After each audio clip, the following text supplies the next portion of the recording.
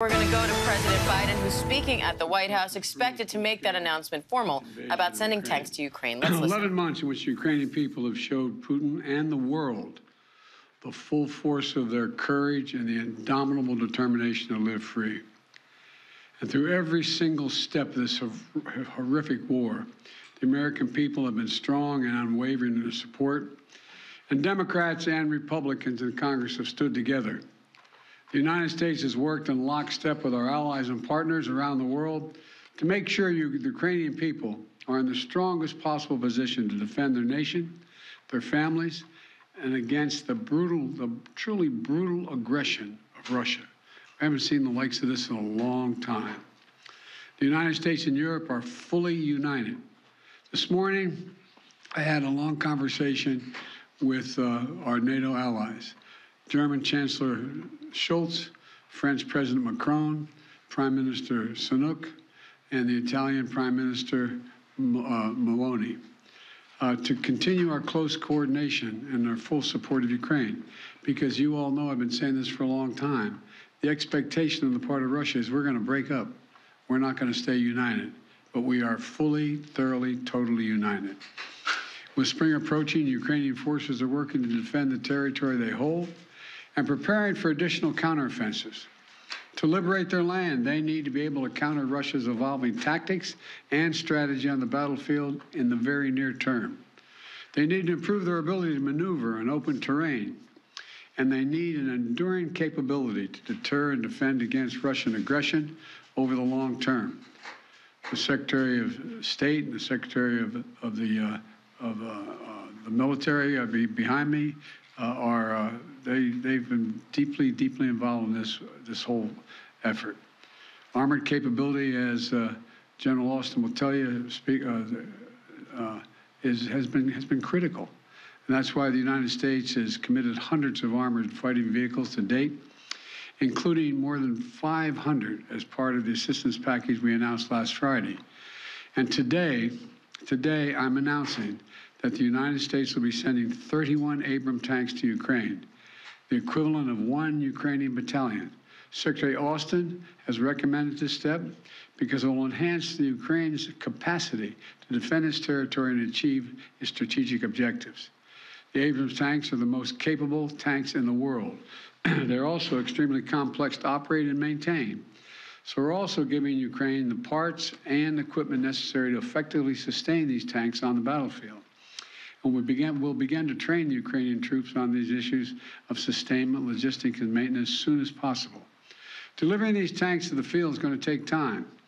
That we'll use to make sure the Ukrainians are fully prepared to integrate the Abrams tanks into their defenses. We're also closely coordinated this announcement with our allies. The American contribution will be joined by an additional announcement, including that will be readily available and more easily integrated for use in the battlefield in the coming weeks and months from other countries. I'm grateful to Chancellor Scholz for providing German Leopard 2 tanks and will lead an effort to organize a European contribution of 2 tank battalions for Ukraine. I want to thank the Chancellor for his leadership and his steadfast commitment to our collective efforts to support Ukraine. Germany has really stepped up. The Chancellor has been a strong voice for unity, a close friend, and for the level of effort we're going to continue.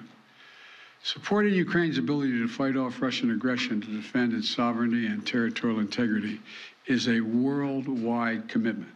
Not just it's a worldwide commitment.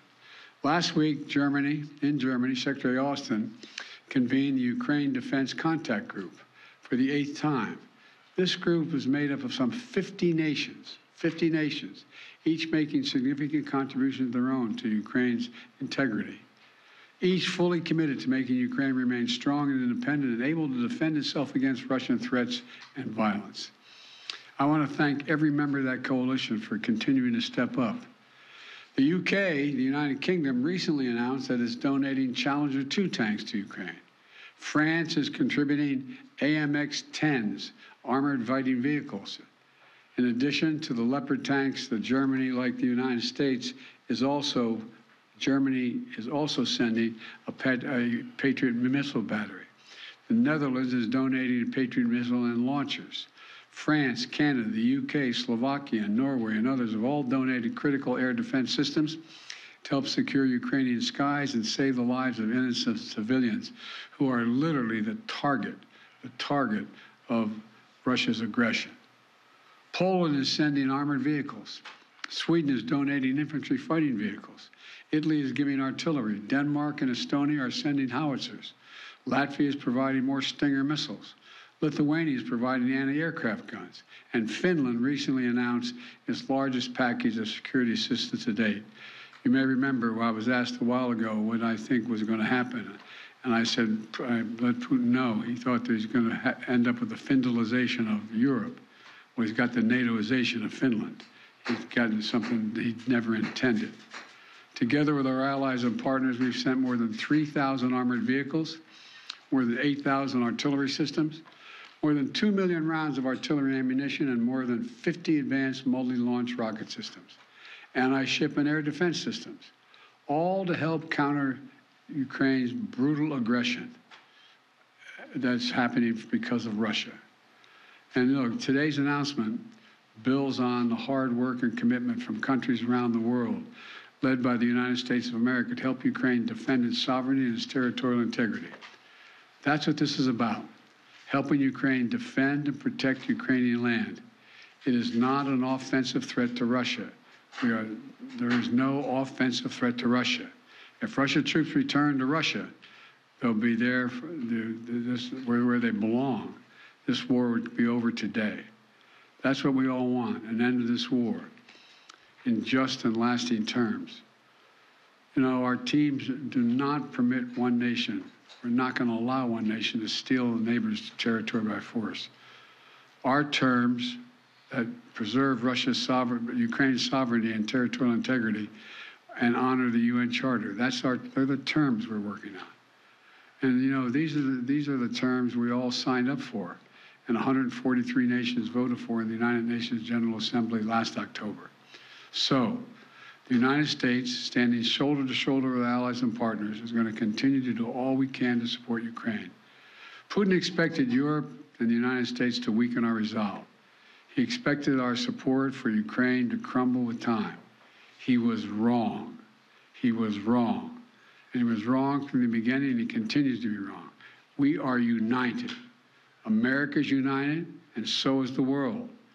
And we approach the one-year mark, as we do, of the Russian full-scale invasion of Ukraine. We remain united and determined as ever in our conviction and our cause.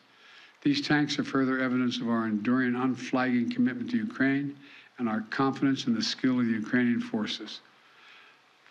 As I told President Zelensky when he was here, and today's his birthday, by the way, in December, we're with you for as long as it takes, Mr. President.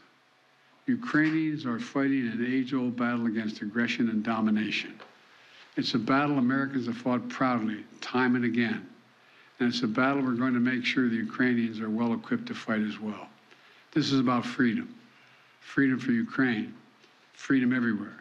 It's about the kind of world we want to live in, the world we want to leave to our children. So may God protect the brave Ukrainian defenders of their country and keep the flame of liberty burning brightly as we can. Thank you. Mr. President, why are you taking this decision now? Did Germany force you to change your mind on sending tanks?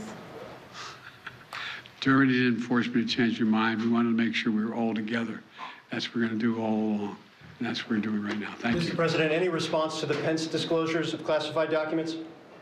Sir, are the searches of your homes completed? Mr. President, when is Jeff Zients starting as your next Chief of Staff? Hi, everyone. George Stephanopoulos here. Thanks for checking out the ABC News YouTube channel. If you'd like to get more videos, show highlights, and watch live event coverage, click on the right over here to subscribe to our channel. And don't forget to download the ABC News app for breaking news alerts. Thanks for watching.